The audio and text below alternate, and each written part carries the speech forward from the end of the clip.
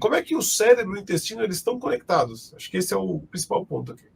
Bom, se eu pensar numa via física direta, eles estão conectados pelo nervo vago. Né? A gente tem aí uma comunicação que a gente fala que o nervo vago ele tem esse nome porque ele vaga pelo corpo inteiro. Ele sai desde aqui, né? Vai em direção lá embaixo ao finzinho do intestino. Ele age aqui na região do tórax, então com funções básicas, e age também lá embaixo, na região do estômago e intestino. Então essa é a conexão física. Mas a conexão vai muito além disso, né? A gente sabe que tem outras estruturas que vão agir, mas tem também outras funções que vão ser acionadas. Por exemplo, existe um núcleo que chama NTS, ou em português a gente fala núcleo do trato solitário, uma região aqui do tronco cerebral que processa algumas informações sensoriais, como por exemplo, paladar, com secreção de saliva, né? Regula também outras coisas como pressão arterial, tudo, mas regula principalmente ingesta de alimentos. E aí vem aquela frase clássica, né? Poxa, não sei quem está enfesado.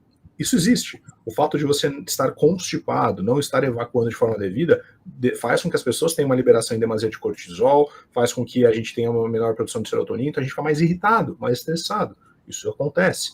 A mesma coisa quando a gente não tem um aporte devido, por exemplo, de carboidrato. O carboidrato está diretamente ligado a prazer.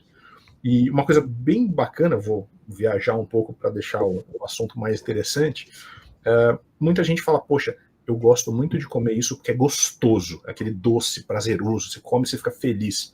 Foi feito um estudo que mostrou que se eu fazer cortar, né, o nervo vago aqui para baixo e não deixar mais eu receber sinais, eu tenho prazer, ok, daqui da boca. Mas se eu impedir a palatação, né, o gosto, sem sentir o gosto, eu tenho os mesmos estímulos positivos se eu como carboidrato, porque lá embaixo a gente tem receptores que vão dar o mesmo sinal. Não que é doce e gostoso, mas que o carboidrato tem essa ação, exatamente por estimular essa microbiota que a gente falou na nossa primeira conversa. Tá? Então, em tempo real, entre o cérebro e o trato gastrointestinal. Então, a comida que você come faz muita diferença no seu humor, faz muita diferença nas suas reações do dia, faz muita diferença no que você vai produzir ou não. E toda essa microbiota que é responsável por essa sinalização também. Então, por exemplo, nada adianta eu não ter um ou outro agente que funciona, por exemplo, na digestão de um elemento, de outro elemento, na fermentação de um outro elemento. Eu tenho que ter essa microbiota saudável e presente para ter todas as respostas do corpo. Então, quem dá a resposta aqui para cima são esses agentes que estão habitando o nosso trato gastrointestinal lá embaixo. Por exemplo, como eu disse, nossa microbiota ela é produzida ou ela é adquirida ou ela é desenvolvida desde o momento que eu nasci. Então, às vezes, desde o momento que eu passei no canal vaginal, tem uma microbiota que eu absorvi ou que eu ingeri da região vaginal da mulher, tem uma microbiota de quem me pegou na mão pela primeira vez, o médico que pegou, a enfermeira que pegou, o pai que pegou, eu já estou interagindo com agentes. Se eu tenho cachorro em casa, se eu tenho gato em casa, se eu tenho animal em casa, eu estou recebendo essas bactérias, esses vírus, esses agentes microbiológicos. Calma, pai, não é para tirar o cachorro de perto, não é para tirar bicho, não é para tirar seu filho do chão, não é para as pessoas não encostarem, não é isso. Isso é saudável. Deixe de uma forma controlada, animais saudáveis, pessoas saudáveis, é muito bom, eu preciso desses agentes. A criança precisa andar no chão, botar as coisas na boca, talvez com controle, mas faz parte de gerar isso. Então aquela criança, aquele adulto, enfim, que nunca teve contato com vários agentes, que sempre foi privado dessas interações sociais, de andar no chão, andar descalço, botar a mão nas coisas, interagir com o animal, ela ao longo da vida não vai ter acesso, não vai ter contato com alguns desses agentes que podem ser super positivos.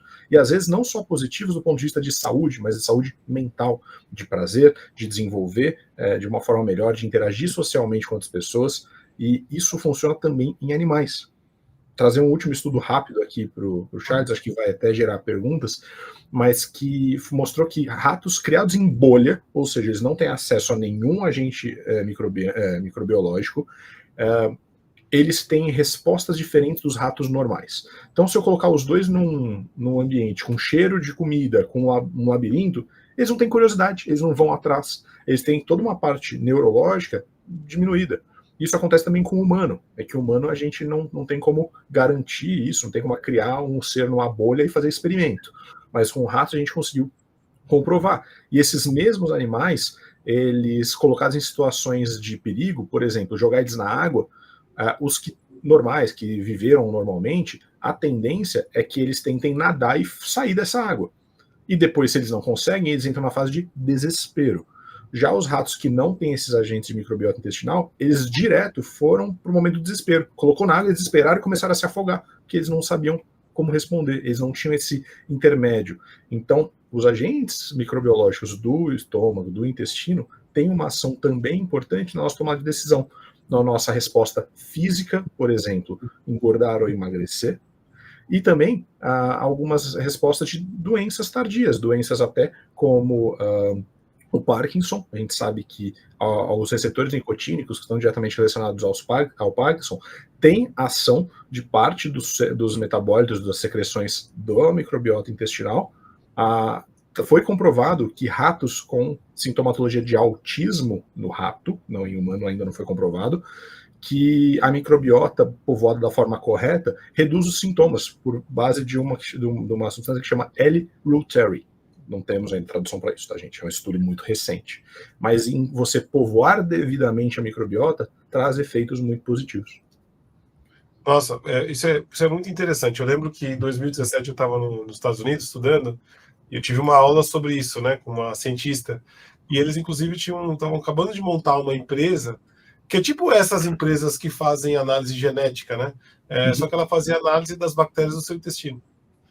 E como aquilo se correlacionava com, obviamente, o teu humor e as outras coisas de características suas, até comportamentais.